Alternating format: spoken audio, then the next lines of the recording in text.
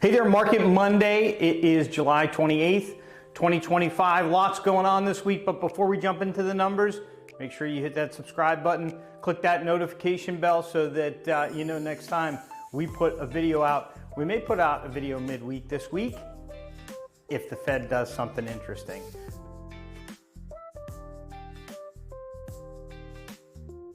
The supply side of the equation, supply and demand is what we're looking at. The supply side of the equation, the inventory side. First, we'll start with new listings, properties that have come on the market so far this year. So far this year, 1,747, up 37 over last week, which is a little bit lower than what we've been seeing. We usually see around 50. Last week was 45 we reported. This week it's down to 37 new listings over the last week. At this point last year, we were sitting at 1,622. So we're 7.7% higher than where we were at this time last year. And looking back 5 years ago, 2020, the pandemic year, at this point, 2,029 properties had come on the market. So we're 14% lower than that. The inventory for sale, if you are looking for property on Hilton Head Island right now, how many properties are for sale? That number is 1,137. That's up 9 from last week. At this point last year, if you were looking, it would have been 913. So we're 25% higher than where we were at this point last year. Again, looking back 5 years ago, 2020, we're at 1,713. So you had a lot more to look at back then, but we were selling a lot more property on a weekly and monthly basis. That is the inventory side, the supply side. The demand side, the sales side, pending sales, gigantic drop this week. I don't know what the hell's going on. A gigantic drop. 111 properties under contract right now. That's down 74 in the last week. So we had a bunch of properties under contract. Most likely they closed. Certainly some of them might have fallen apart, but the majority of those closed. We're down to 111 because we haven't replenished the pendings. It is slow from an activity perspective. Lots of people looking at real estate, people hesitant to pull the trigger. We'll talk about that as we wrap up. Last year at this time, we were sitting at 169. And during the pandemic year, at this point, properties that were under contract ready to close, 397. Wow, things have changed. Closed sales, so these are the properties that have gone under contract and actually closed. 36 new closed sales this week. We're at 1,143 so far this year. At this point last year, we're at 1,209. So we're just slightly lower than that, 5.5% lower than where we were at this point last year. But in the pandemic year, despite being shut down for about 6 weeks where transactions didn't happen, we closed 1,493, 23% more than where we are right now. Calculating the absorption rate, using those pending sales, this number has skyrocketed over the last week. We're at 10.2 months. 10.2 months. That's a buyer's market, folks. Last week, we were at 6.1. At this point last year, we were at 5.4 months. And in 2020, at this point, we were sitting at 4.3. What is absorption rate? The absorption rate is we take the current inventory for sale and divide it by the number of under contracts we have. How long would it take to consume the existing inventory if nothing else comes on the market? And kind of the rule of thumb is 6 months. If it's less than 6 months, it's a seller's market. Of course, the lower that number is, the closer it is to zero, the more of a seller's market. 6 months is considered a neutral market. And as we go higher than 6 months, that's an indication of a buyer's market because it means that there's more inventory, more to choose from, so the buyers can dictate the terms. Days on the market, 84 is the current days on the market. Last week it was 73, so we're up 9. At this point last year, we were at 63, 32% lower than we are right now. But in the pandemic year, we were at 180 days. And that's just because we had a lot of properties at this point still on the market that had been on the market for years because inventory was so high and we were just consuming all of that inventory.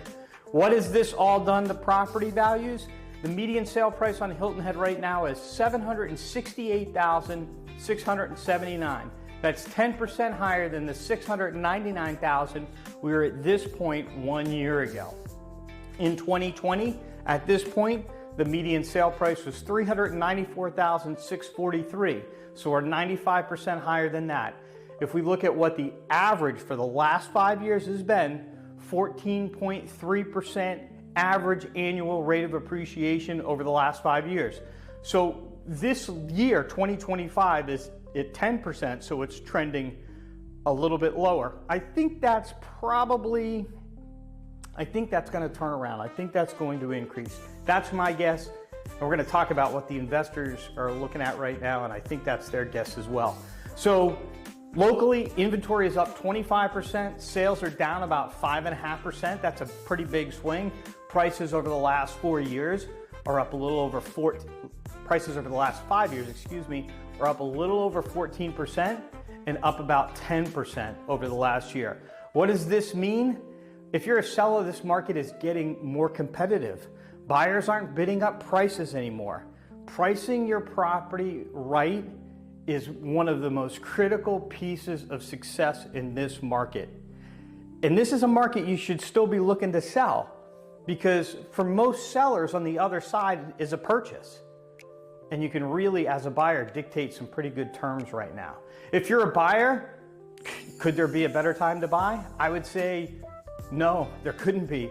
Not if you can manage the interest rates, right? The interest rates are the thing that is holding back the market right now.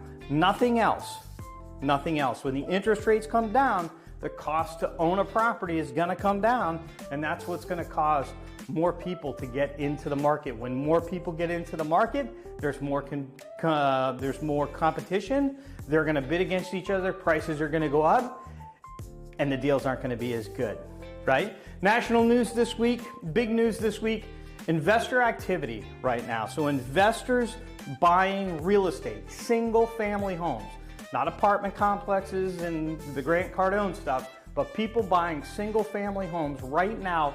1/3 of those purchases are investors. Think about that. What does that mean? Well, I think the investors are jumping in because interest rates are the piece that are making real estate purchases unaffordable for a lot of people. If they can come in and buy with cash and don't take the interest rates into play, I think that really causes a good situation for them. But really think about what that means, right? Would an investor come in and buy real estate if they thought the market was overpriced? Would they come in and buy real estate and put cash into the market if they thought prices potentially could go down? I don't think so. So I think this is another indication that the only thing that's holding the real estate market back at this point is interest rates. The stock market is through the roof, setting records day in, day out. Real estate should be setting records right now, day in, day out. The only reason that it's not is interest rates.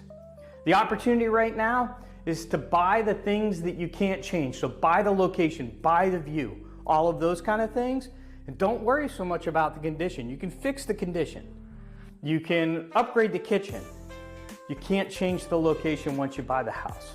So that's the opportunity right now. Buy those fundamentally strong properties and make them perfect. Remember, this week, Fed meeting, it's Tuesday and Wednesday. The decision should get dropped around 2 p.m. on Wednesday. I'll be paying attention. And if there's some big news out of there, I'll jump on with y'all and give you my thoughts. Thanks again. Don't forget to subscribe and hit the notification bell, and we'll see you next week.